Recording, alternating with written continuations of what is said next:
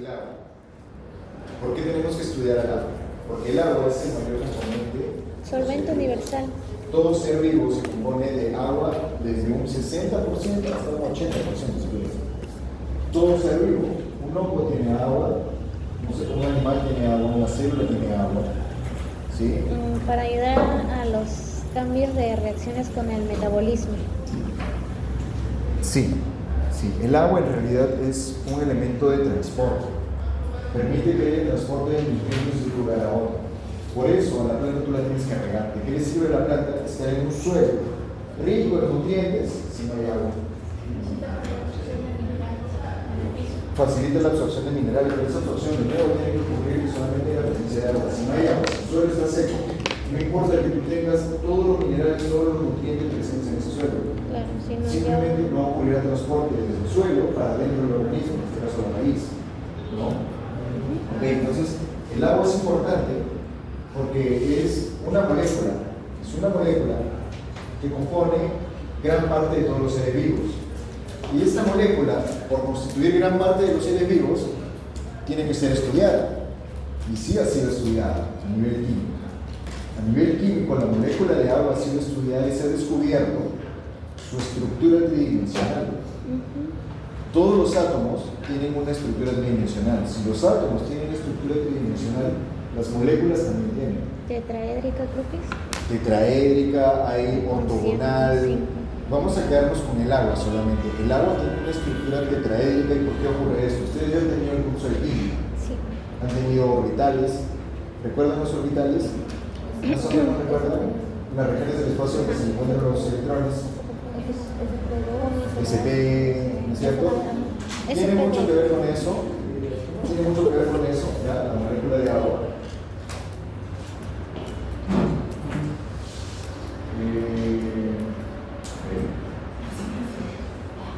¿Cómo es la molécula de agua? ¿Qué lleva de por ahí? Tetraédrica, dipolar. Ya. Prestemos atención a este gráfico de aquí en medio. Prestemos atención a lo que está aquí al medio. ¿Ok? ¿Qué es lo que nosotros tenemos? Primero, el agua se compone de qué elementos. Hidrógeno. Hidrógeno. Dos átomos de oxígeno y uno Estos dos átomos son iguales o son diferentes. diferentes. ¿Qué es lo que los diferencia? Capas. Las placas. Las cargas. Claro. El Solamente las oxígeno, cargas. electrónico. ¿De qué se compone un átomo? Olvídense de qué. Ya, pero vamos a ver así. Un átomo se compone de un núcleo y su electrón. ¿Sí? ¿Estamos de acuerdo? En el núcleo que encontramos. Protón y neutrón. Protones. Protón y Están neutrón. pegados con los neutrones, ¿cierto? Ya. Y en la nube electrónica, como su nombre lo dice, ¿qué es lo que encontramos? Los electrones. Y hay una propiedad. Si tú tienes 5 protones en el núcleo, ¿cuántos electrones debes tener? 3. Para llegar al ¿Cuántos octeto. electrones en total debes tener? 5. La forma en que se distribuyen los electrones se da a través de estos orbitales, justamente. ¿Sí? ¿Está claro eso? El oxígeno es un átomo que tiene... ¿Cuántos protones tiene el oxígeno? ¿Cuántos protones tiene el oxígeno? 6. 16, ¿verdad? 16. No Tiene tiene 8 protones y 8 neutrones, por eso su masa es 16. ¿Sí? ¿Sí? Entonces vamos a escribir de repente el oxígeno. El oxígeno tiene 8 protones, te voy a poner P más ya, y tiene 8 neutrones, un N y 0. Como yo no soy químico, no tengo que escribir la nomenclatura química, porque lo escribo bajo mis términos, ¿no? Por lo tanto, si tiene 8 protones, ¿cuántos electrones debería tener? 8. 8, ¿no? ¿Por qué? Porque todo átomo es neutro. Todo átomo es neutro, ¿no es cierto? Entonces, 8, eso sí lo escribo como química, ¿no? Listo. Entonces, esos 8 electrones son los que hacen toda la diferencia. ¿Por qué? Porque el oxígeno tiene en su capa más cercana al núcleo, tiene solamente puede tener, como cualquier otro átomo, 2 electrones. Eso sí lo saben, ¿no? cerca al núcleo, tú máximo puedes tener 2 electrones, no puedes tener más. Ok, si del total de 8 electrones tú solo tienes 2, ¿cuántos te quedan para el siguiente orbital? 6, ¿no es cierto? Ahora, ustedes han escuchado hablar, y no sé si el profesor de química les ha enseñado, han escuchado hablar de la regla del octeto. Sí. ¿Qué es la regla del octeto? Que La la unión tendencia de todo átomo a querer completar 8 electrones de su capa externa. Para que sea estable. Estable quiere decir que encuentre una configuración que es permanente a lo largo del tiempo. Inestable quiere decir una configuración o un estado que no es permanente a lo largo del tiempo, se deshace, se rompe. Un edificio estable, una estructura estable, este salón. Inestable, que sería que hubiera rajaduras, ¿no? Que se rajara el techo, que se cayeran las estructuras y en algún temblor se derrumba todo. Eso es inestable, ¿no es cierto? Entonces lo mismo ocurre a nivel atómico y a nivel de moléculas. ¿Cuáles son los únicos elementos que sí logran completar naturalmente 8 electrones los gases nobles? Por eso se les llama nobles. No forman enlace con nada, ¿no es cierto? El resto de átomos de la tabla periódica sí tiene que, de alguna u otra forma, tiene que formar o un óxido o tiene que formar una molécula diatómica consigo mismo, como el hidrógeno, por ejemplo, como el oxígeno. Pero el oxígeno es el elemento más abundante del planeta Tierra. Otro elemento que también es abundante es el hidrógeno. El carbono. Entonces, ¿qué ocurre? Ya que el oxígeno tiene solamente 6 electrones en su capa externa, ¿sí? Pero tiene la tendencia por la regla del octeto a completar 8, le viene muy bien encontrar elementos que tengan un electrón como disponible para colocar aquí y aquí, ¿no es cierto? Porque recuerda, de estos electrones, 6 son del oxígeno, ¿no? 1, 2, 3, 4, vamos a poner 5 y 6. Le faltarían 2. Hay hidrógeno en alta cantidad. El hidrógeno, por su lado, es un átomo, es un elemento que es el más simple del universo, ¿no es cierto? Porque tiene solamente un protón y un electrón, ¿sí? Existen las variantes isotópicas. ¿Cuáles son las variantes isotópicas del hidrógeno? Esotéricos. El deuterio. ¿Deuterio tiene cuántas partículas en el núcleo? El deuterio. Tiene 2, tiene un protón y un neutrón. ¿Y qué más? ¿Cómo se llama el siguiente isótopo? El tritio. ¿Ustedes han visto esa película de Spider-Man? La primera que se, no, la segunda que salió en 2004, con Tobey Maguire, el primer Spider-Man. La segunda película con el Dr. Octopus. El Dr. Octopus, ¿lo han visto? ¿Qué era lo que él necesitaba de este muchacho, del amigo, de Harry Osborn? Él necesitaba el tritio, ¿recuerdan? Para poder hacer funcionar el sol en la palma de su mano, me decía. Utilizaba el tritio, ¿por qué? Porque es un núcleo inestable, por tener los protones. ¿Ok? Entonces, regresando, el hidrógeno que existe en la mayor parte del agua es el hidrógeno que no es el isotópico, es el que tiene solamente un protón. ¿Ok? Ese es el hidrógeno. Existe sí agua que está constituida con hidrógeno que tiene un protón y un neutrón. A esa agua se le llama agua pesada. De hecho es más densa que el agua, ¿okay? Que el agua normal. Pero vamos a hablar del átomo normal de hidrógeno. El átomo normal de hidrógeno va a tener un electrón. Y este electrón, por estar débilmente unido al núcleo, porque recuerda, solamente tienes un protón en el núcleo. Entonces ese electrón puede ser perdido fácilmente o no.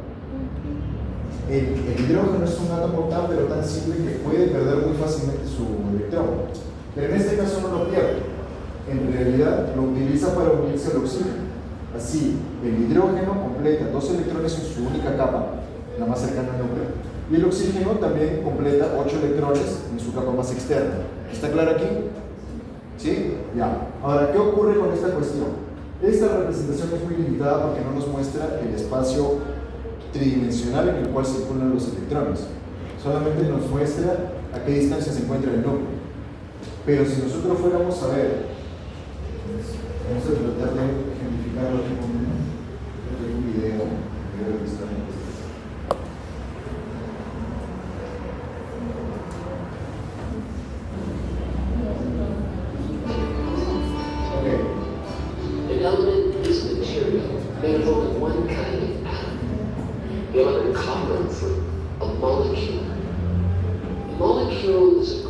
tightly held atoms made by joining two hydrogen atoms to a central oxygen atom. This water molecule is the fundamental unit of the material you know to be water. Now you know why water is not listed in the periodic table, because it is not made of only one kind of atom. Rather, it's classified as a compound, which means it's made of more than one type of atom. Ok, lo que quiero que ustedes observen aquí es una particularidad. Lo que les está mostrando en el video es una molécula de agua, sí, pero esa molécula de agua tiene los átomos de hidrógeno no a un lado y al otro del oxígeno, lo cual sería como lo más lógico pensar. Tienes un átomo grande como el oxígeno y dos atomitos como el hidrógeno. Es como que deberían estar ambos a un lado y al otro del oxígeno, ¿no es cierto? Pero eso no ocurre. En realidad la molécula de agua tiene los átomos de hidrógeno para un lado. ¿Por qué ocurre esto? Si regresamos a nuestra presentación,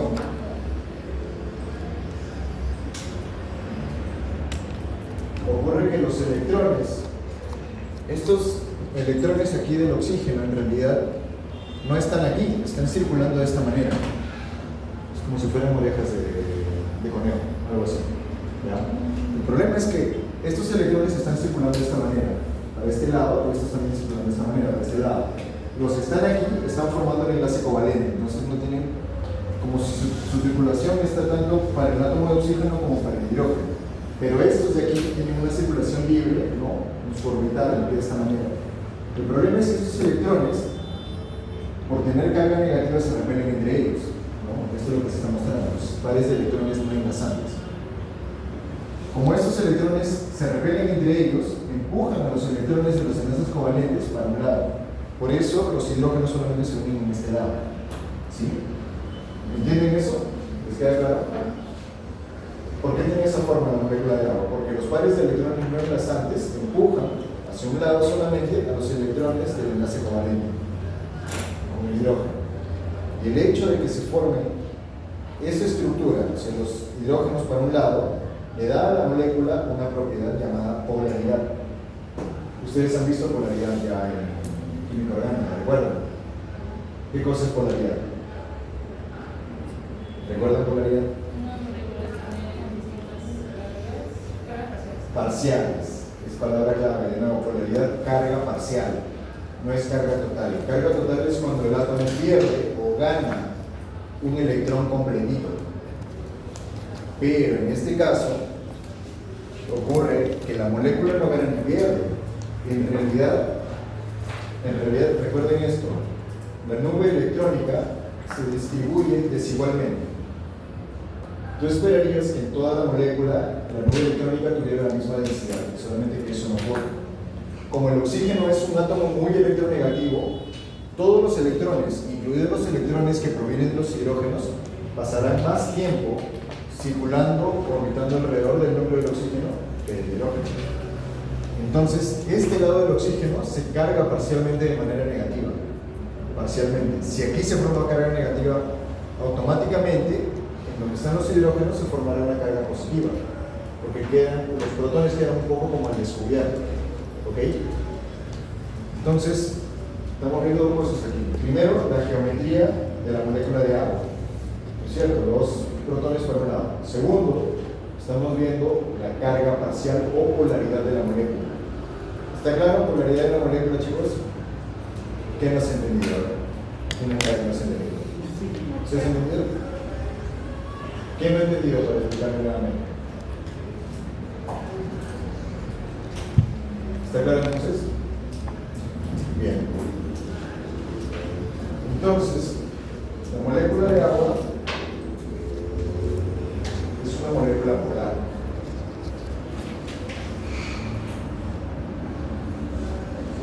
¿Ya? Y esa molécula, esa propiedad de polaridad le permite unirse a otras moléculas de agua. Entonces tú vas a encontrar las moléculas de agua están unidas unas con otras a través de estas interacciones polares, ¿no? El lado negativo, por ejemplo, observa aquí. En los hidrógenos tú tienes carga parcial positiva aquí y ahí arriba. Y en el oxígeno, para cada uno de los electrones enlazantes, tú tendrás una carga parcial negativa para este lado y parcial negativa para el otro. Entonces, ¿qué es lo que ocurre? El agua puede formar una interacción como si fueran dos imanes que nunca se llegan a tocar, ¿sí? Porque un imán, por ejemplo, si tú acercas un imán con un polo positivo a otro imán de un polo negativo, se atrae. Y si tú mueves uno de los imanes, el otro también se va a mover respectivamente, ¿no es cierto? Siguiendo el polo. Pero nunca se llegan a tocar. Exactamente igual ocurre con el agua. El agua va a tener su carga parcial negativa atraída a la carga parcial positiva de otra molécula de agua. ¿Ok? Y esto va a formar una red. A esa red la conocemos como líquido, el agua líquida. ¿Ok?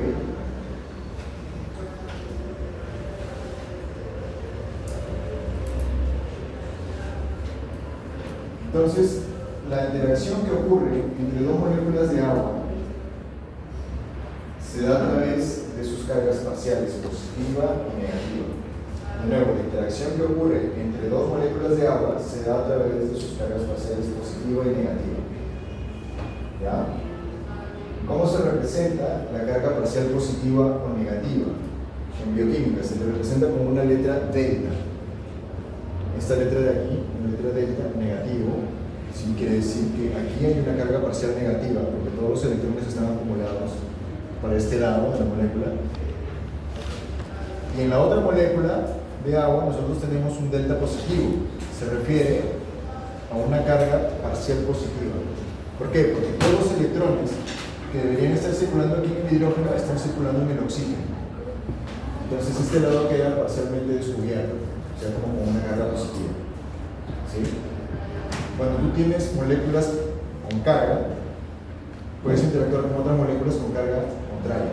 Ahora, observen que yo les he dicho que aquí no existe prácticamente un contacto ni entre esta molécula ni la otra. Solamente existe una atracción, pero nunca se llegan a tocar. Esa atracción se da a través de este hidrógeno, ¿sí?, dirigido hacia el oxígeno de otra molécula. Debido a que estas interacciones están mediadas, por decirlo así, por el hidrógeno, recuerda que el hidrógeno se queda entre los dos átomos de oxígeno, ¿sí?, a este enlace se le llama puente de hidrógeno, y por estar dado entre dos moléculas que no se tocan, se le dibuja con líneas punteadas. ¿Ya? Puente de hidrógeno, líneas punteadas, se da entre el hidrógeno de una molécula de agua y el oxígeno de su molécula vecina. A ver, yo te pregunto, vamos a repasar. ¿Cuál es el lado de la molécula que está cargado positivamente? ¿El que tiene el átomo de oxígeno o el que tiene el átomo de hidrógeno? Hidrógeno. El átomo de hidrógeno. ¿Por qué? La nube electrónica pasa más tiempo alrededor del átomo de oxígeno, del núcleo del oxígeno, o alrededor del núcleo del hidrógeno. La nube electrónica. El Está más densa oxígeno. ¿dónde? El En el oxígeno. En el oxígeno. Porque es más electronegativo que Porque el hidrógeno. oxígeno es más electronegativo. Electronegativo quiere decir le gustan los electrones. ¿Sí? ¿Recuerdan que ustedes en química orgánica vieron las escalas de electronegatividad? Sí. Comparando el flúor, el más electronegativo, luego venía el cloro y el oxígeno, como al mismo nivel luego venía el nitrógeno, luego venía el fósforo, el fósforo, el nitrógeno, y finalmente acababa en el carbono, que no tenía hidrógeno, que no tenía negatividad.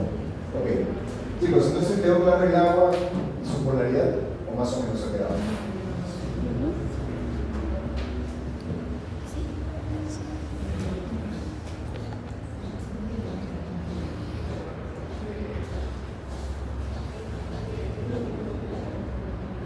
Chicos, entonces en este texto de aquí solamente te dice, te describe más lo que es la molécula de agua, cuánta energía se requiere para romper los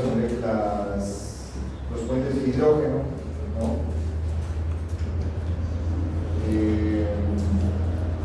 ¿En dónde nosotros encontramos estos puentes de hidrógeno? ¿El agua cuántos estados tiene? Líquido gaseoso, líquido gaseoso, sólido. Yo te pregunto, en el estado gaseoso del agua, ¿existirán puentes de hidrógeno? No existen puentes de hidrógeno. Las moléculas están sueltas, no están unidas unas con otras. Ocurre que cuando baja la temperatura, en las capas más altas de la atmósfera, todo el agua que se ha evaporado se vuelve a juntar y vuelven a formar puentes de hidrógeno, formando microgotas, gotas, finalmente precipitaciones. ¿Sí? Ok. ¿En dónde nosotros entonces encontramos el puente de hidrógeno? ¿En qué estado? En líquido, y en el sólido, en el hielo encontraremos. Pero son más Sí las encontramos. Sí las encontramos. Pero date cuenta de algo. Bueno, esta que nos muestra aquí. Digamos que nosotros tenemos 3 moléculas de agua, ¿no? Vamos a hacerlo así. 3 moléculas de agua. Digamos que esta molécula de agua se une con esta molécula de agua en este momento. Pero inmediatamente esta molécula de agua se sale de este lugar y es reemplazada por esta negra aquí. ¿Entiendes? Están constantemente formándose y rompiéndose, formándose y rompiéndose. ¿Por qué? Porque eso le permite al agua ser líquida, deformarse, le permite adquirir distintas formas, ¿no es cierto? Esa es la propiedad de ser líquido, poder deformarse. Se puede deformar porque molecularmente se está formando un puente de hidrógeno con esta, luego se rompe, viene esta otra, luego esta cambia de lugar, va para otra y se forma con esta agua de aquí. Todas las moléculas se están difundiendo, ¿sí? Pero en el sólido no. En el sólido la temperatura es tan baja, por lo tanto la libertad de movimiento de las moléculas es menor. Esta de aquí forma una piedra y se queda ahí, congelada, ¿no es cierto? Y la otra que está vecina a esta también se queda ahí. Entonces tú qué es lo que formas una estructura rígida, ¿sí? En el hielo sí hay puentes de hidrógeno, solamente que son fijos. En el líquido se rompen y se forman, se rompen y se forman, de todas las moléculas. ¿Está claro? ¿Está claro aquí? ¿Sí? Bien, entonces ya hemos visto agua, puentes de hidrógeno. Vamos a ver ahora el potencial de hidrogenados o el pH. Ya.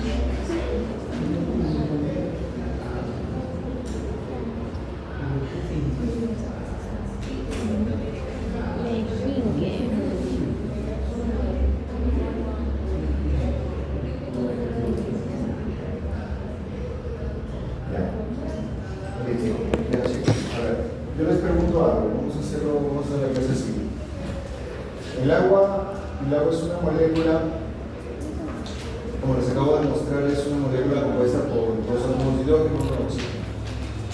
¿Sí? El agua es una molécula polar. Esto quiere decir que adquiere carga parcial debido a la distribución desigual de sus nubes electrónicas. Hasta ahí está todo bien, ¿ya? Pero ustedes creen que en algún momento el agua puede llegar a perder efectivamente un átomo de hidrógeno y cargarse.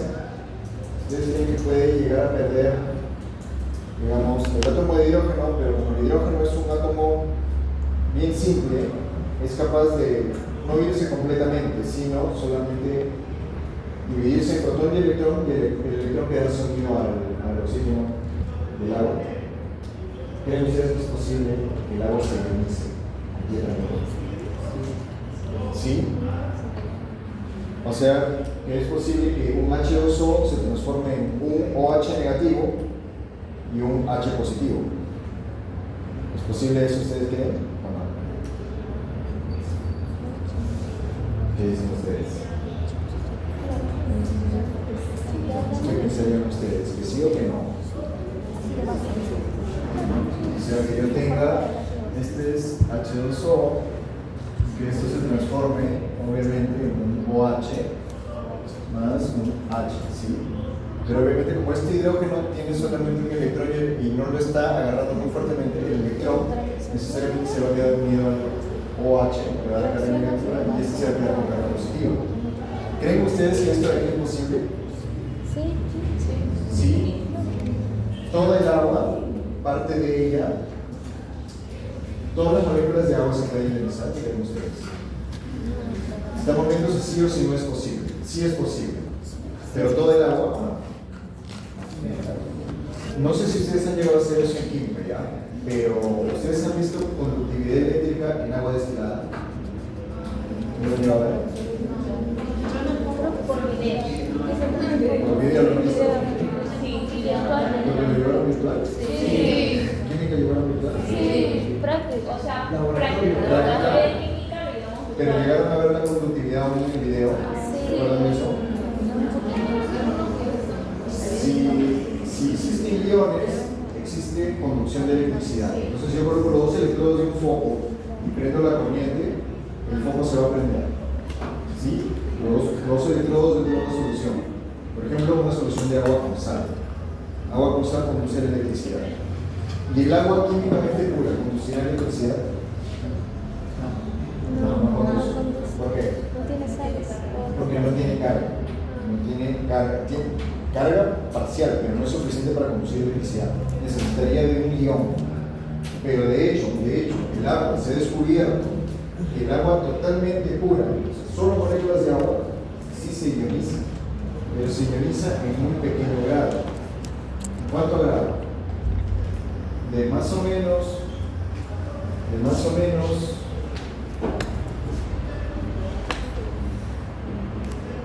de cada 10 millones de moléculas, ya, tú vas a tener solamente una molécula partida de esta manera, OH más H.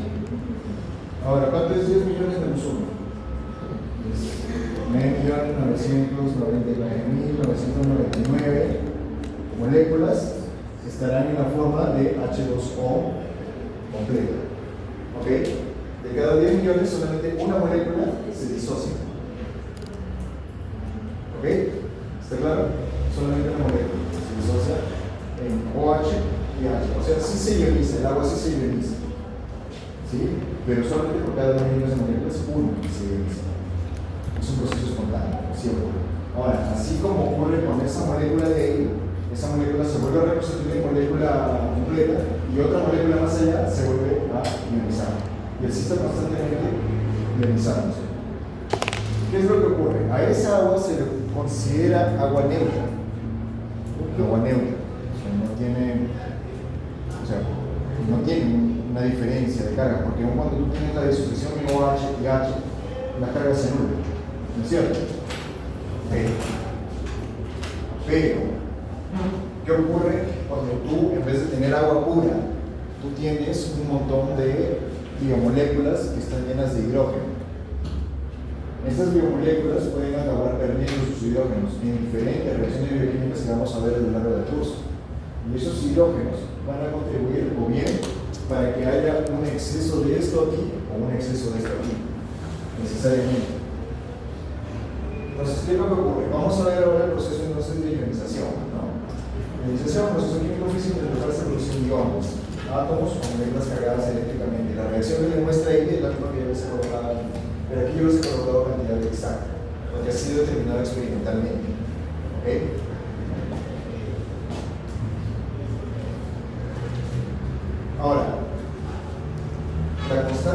equilibrio, ¿sí? Te dice más o menos,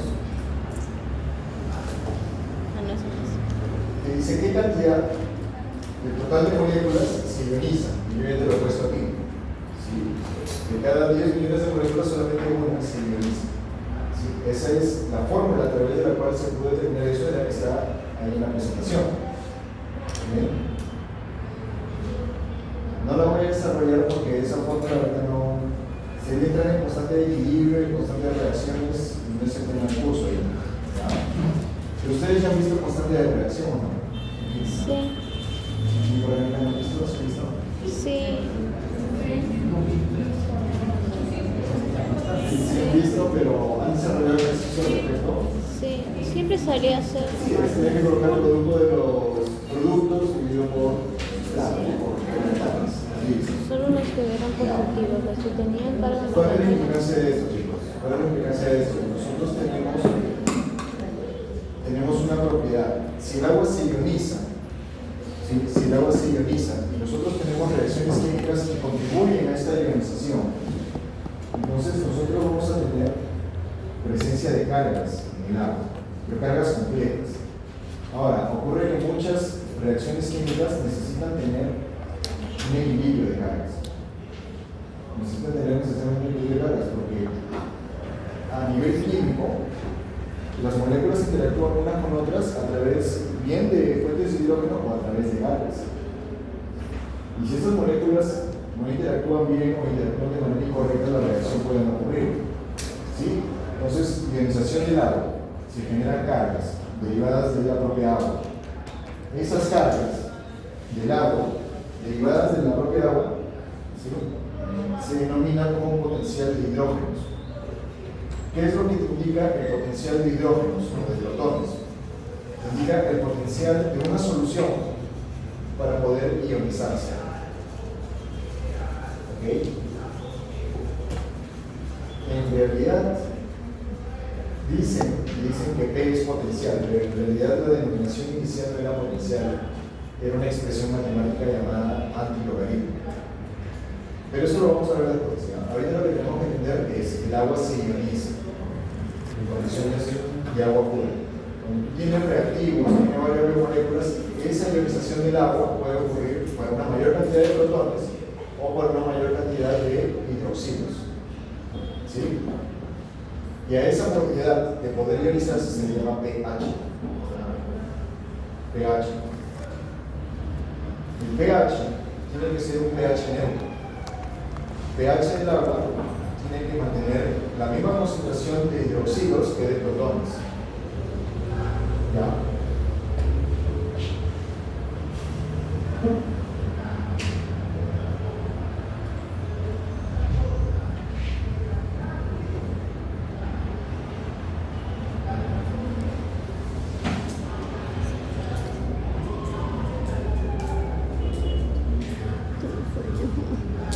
Ok, chicos, entonces vamos a hacer algo aquí.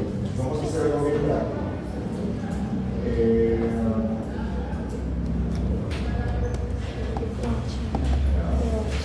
Bien.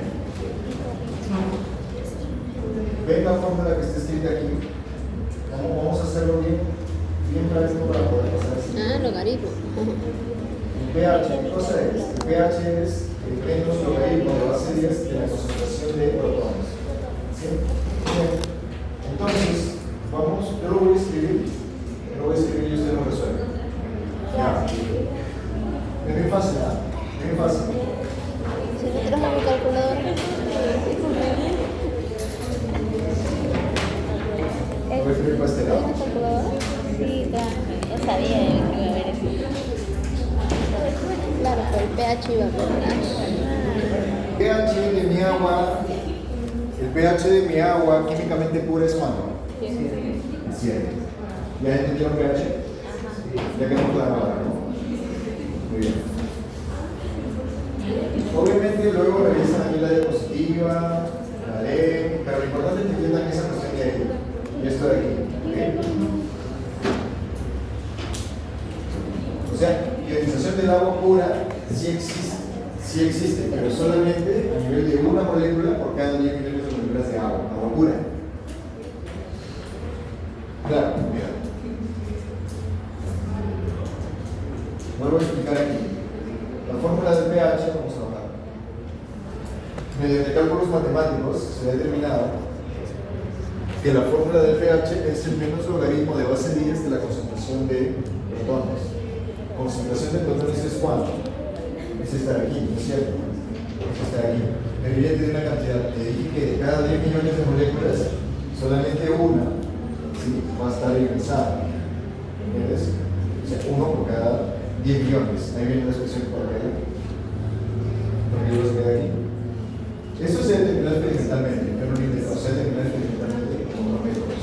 Que obviamente, si explico ahora, me voy a tener que explicar más conceptos como de equilibrio, etc. No vamos a salir un poquito del tema, pero esta parte se la han entendido, ¿no? Chicos, ¿esta parte quedó clara? ¿De dónde viene? Viene de allá, de 10 millones de moléculas, una se ioniza en el agua pura. ¿Sí? Por eso puedes calcular el pH que sale 7, que es neutro. ¿Ok?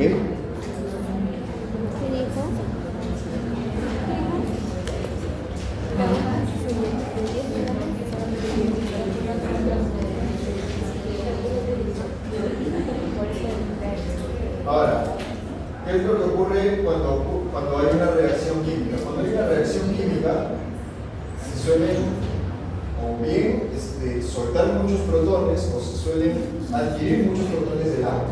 Como el agua tiene esa propiedad de ionización, durante muchas reacciones químicas, la concentración de protones varía bruscamente. Y esto lleva a cambios bruscos en el pH. En un sistema biológico tú no puedes tener reacciones que cambien tan drásticamente la concentración de protones. Debes tener una forma de poder aligerar esta concentración de protones. Y aquí es donde viene el concepto de la solución buffer o amortiguadora. De nuevo, yo les había dicho cuál es la característica o qué es lo que hace una solución amortiguadora.